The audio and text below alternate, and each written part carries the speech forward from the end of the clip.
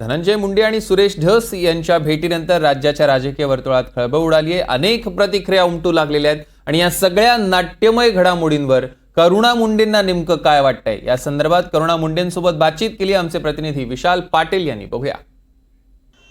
संतोष देशमुख हत्या प्रकरण आणि त्यानंतर वेगवेगळ्या विम्यांचे किंवा योजनांच्या घोटाळ्यांचे आरोप हे सुरेश धसांनी थेट धनंजय मुंडे यांच्यावरती केले होते आणि आज सुरेश धस यांनी धनंजय मुंडे यांच्या प्रकृतीच्या बाबतीत म्हणून भेट घेतली। त्यामुळे अनेक प्रश्न जे आहेत हे निर्माण झालेले आहेत। आपल्यासोबत करुणा मुंडे आहेत, आपण त्यांच्याशी सुद्धा बोलणार आहोत। ज्या पद्धतीनं सुरेश धस यांनी धनंजय मुंडेंची भेट घेतलेली आहे त्या भेटीकडे तुम्ही कसं बघताय? मला आता माहीत पडला तो मला असं वाटते की शायद जे त्यांचे डोळ्याचे ऑपरेशन झालेलं आहे त्याची विचारपूस करण्यासाठी भेट घेतली आहे। कारण का अनेक वेळेला असं बघतो की इतक्या मोठ्या प्रकरणांमध्ये ज्यावेळेला अशा पद्धतीची भेट होते त्यावेळेला अनेक प्रश्न निर्माण होतात। तुम्हालाही वाटतंय इथून पुढे प्रश्न निर्माण होतील? कारण का अंजली दमानी यांनी सुद्धा सुरेश धसांच्या अलीकडच्या काही स्टेटमेंटच्या बाबतीत त्यांनी सुद्धा आक्षेप घेतले होते।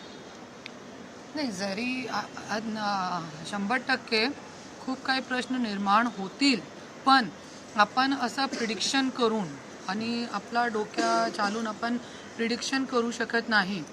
आणि आपण आपली जे कोणतेही एक जे आज तो गेले 3 महिन्यापासून लढत आहे, आपण आपली विचारधारा मांडून त्यांच्यावरती काय आक्षेप केला आणि जरी त्यांनी माघार घेतली तर आज असंच लढणारे जे मंत्री आमदार आहे महाराष्ट्रामध्ये आहेच नाही। मी असं म्हणते, आज अंजलीताई दमानिया लढत आहे, सुरेश भाऊ अण्णा लढत आहे, आमचे मनोज जरांगे भाऊ लढत आहे, आज तृप्तीताई देसाई लढत आहे, मी स्वतः लढत आहे। आज मी ज्या मंत्रीवर इतके मोठे एलिगेशन्स आहे त्यांची मी बायको आहे, त्यांचे मंत्रिपदाच्या माझ्या आणि माझ्या मुलाबाळांना खूप मोठा फायदा आहे, खूप मोठा फायदा आहे। तरी पण ते फायदा न बघता